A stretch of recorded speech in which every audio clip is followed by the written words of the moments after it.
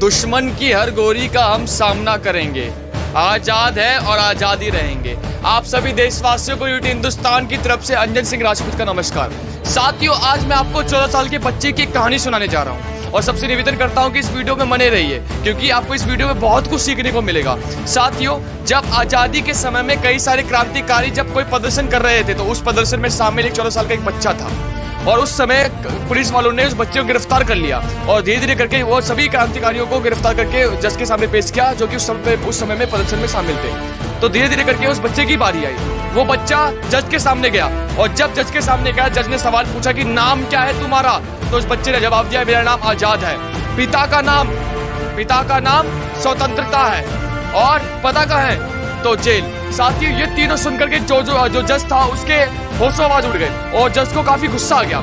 जज ने क्या किया, वो 14 साल के बच्चे को 15 कोड़े मारने की अनुमति प्रदान कर दी। उस बच्चे को 15 कोड़े पे 15 कोड़े मारते रह गए। साथियों, उस बच्चे के मुंह से एक भी आवाज नहीं निकली। आवाज निकली तो केवल वंदे मातरम की आवाज निकली। और साथियों, वो बच्चा कितना मुस्कुरा रहा था और कितना निडरता से वो कोड़े खा रहा था और केवल उसके जवान पे केवल एक ही चीज था, वंदे मातरम। वही बच्चा आज चंद्रशेखर आजाद के नाम से जाना जाता है। साथियों, जी हाँ, वही चंद्रशेखर आजाद जिसका नाम सुन के जितने भी फिरंगी थे उनके होशो आवाज मतलब उड़ जाते थे।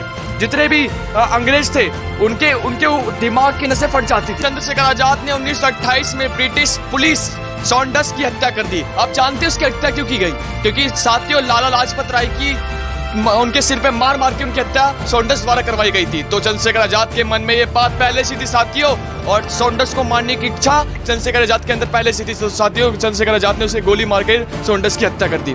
साथियों, केवल बात यहीं तक सीमित नहीं थी, वो और साथ साथ में उनने जितने भी सरकारी खजाने थे सबको लूट लिया। आप बोलोगे सरकारी खजाने को क्यों लूटा? सरकारी खजाने को साथियों इसलिए लूटा कि चंद्रशेखर आजाद ने कहा था कि ये फिरंगियों की संपत्ति नहीं है बल्कि हमारे देश के क्रांतिकारियों की संपत्ति है, हमारे देश के लोगों की संपत्ति है। और उस संपत्ति को लूट करके साथियों अपने क्रांतिकारी भाइयों के लिए वो हथियार बनाने के लिए उस संपत्ति का इस्तेमाल किया। साथियों, तो चंद्रशेखर आजाद को मारने के लिए जितने भी ब्रिटिश पुलिस वाले थे वो हर जगह चंद्रशेखर आजाद को ढूंढ रहे थे। लेकिन साथियों, क्या हुआ, 7 फरवरी 1931 के दौरान क्या हुआ था कि जब इलाहाबाद का एक पार्क था जिसका पार्क का नाम था अल्फ्रेड, उस पार्क में चंद्रशेखर आजाद अपने एक दोस्त के साथ विचार विमर्श कर रहे थे। उस समय विचार विमर्श करते हुए तो अपने इंडिया का एक बंदा, हिंदुस्तान का एक युवा जाकर के फिरंगियों के कान में भर देता है कि चंद्रशेखर आजाद अल्फ्रेड पार्क में किसी के साथ बातचीत कर रहे हैं। और ये सुन के फिरंगियों ने अपनी पूरी टीम अल्फ्रेड पार्क में भेज दी।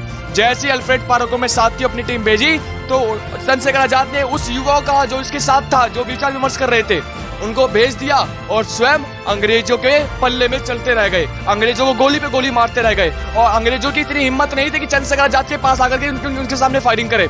साथियों, आखिरी में चंद्रशेखर आजाद उनसे लड़ते गए, लेकिन आखिरी में चंद्रशेखर आजाद के पास केवल उनके पास एक ही गोली बची थी। साथियों, उस एक गोली को उन्होंने कहा था कि कभी भी मैं अंग्रेजी सरकार के सामने आत्मसमर्पण नहीं करूंगा। इनने वादा भी किया था। तो साथियों, उनने एक गोली स्वयं अपने आप को मार लिया और सब साथियों जब अपने आप को स्वयं गोली मार लिया, जितने भी पुलिस वाले थे उनको विश्वास नहीं हुआ। उनकी लाश को वो लाशों पे गोली पे गोली मार दी ताकि चंद्रशेखर आजाद यदि जग गया तो सबकी हालत खराब कर देगा। साथियों, मेरे को ये कहानी सुनाने का केवल एक ही उद्देश्य था कि उस समय के युवा और बच्चे क्रांतिकारी बनते थे और इस समय के बच्चे क्रांतिकारी नहीं बल्कि लड़कीबाजी में लगे रहते हैं, बल्कि सेक्सुअल एक्टिविटियों में लगे रहते हैं। साथियों, इस समय में किसी को माँ भारती से प्यार नहीं है साथियों, केवल सबको स्वयं अपने आप से प्यार है। तो साथियों, मैं निवेदन करता हूँ कि स्वयं की जो भक्ति करना छोड़ दीजिए और देशभक्ति पे ध्यान दीजिए। और इतना कहता हूँ कि नामर्दों के लिए हिंदुस्तान नहीं है साथियों, जो वीर है उसके लिए हिंदुस्तान है। और माँ भारती के लिए यदि कुछ करने का इच्छा भी जागे तो माँ भारती के लिए कुछ करिए। कहते हैं कि तन समर्पित मन समर्पित और ये मेरा जीवन समर्पित। चाहता हूं देश की मिट्टी मैं तुझे कुछ और भी दूं। जय हिंद, जय भारत।